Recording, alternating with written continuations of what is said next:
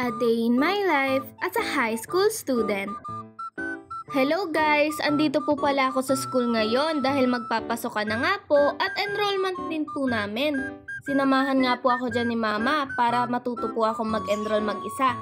Para sa susunod din po ay kahit ako na lang po mag-isa ang mag-enroll.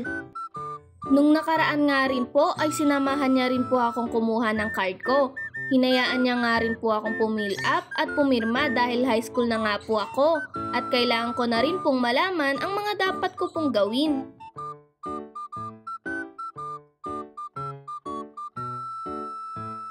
Diyan nga po sa bintana na po yan ay diyan ko po kunuha ang card ko.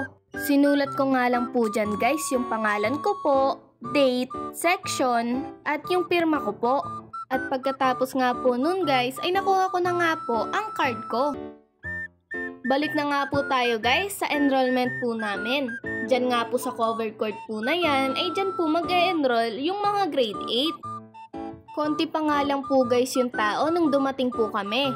At halos lahat nga po ng mga nag-e-enroll ay wala na pong kasamang magulang. Diyan nga po ay may kita nyo po ang mga advisor ng bawat section.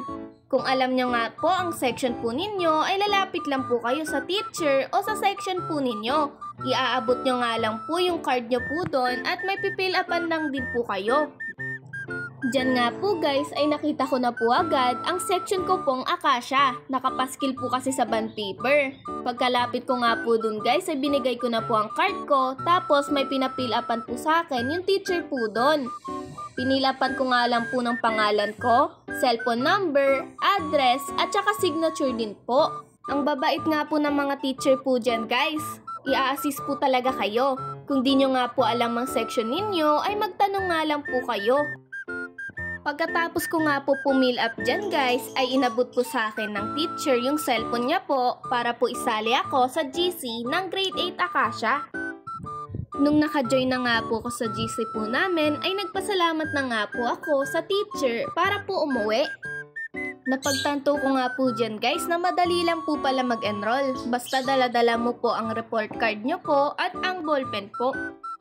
Nung pauwi na nga po kami guys ay nadaanan po namin ang registrar office. Madami nga pong tao guys dahil isinabay po nila ang pagkuha po ng card nila at ang enrollment.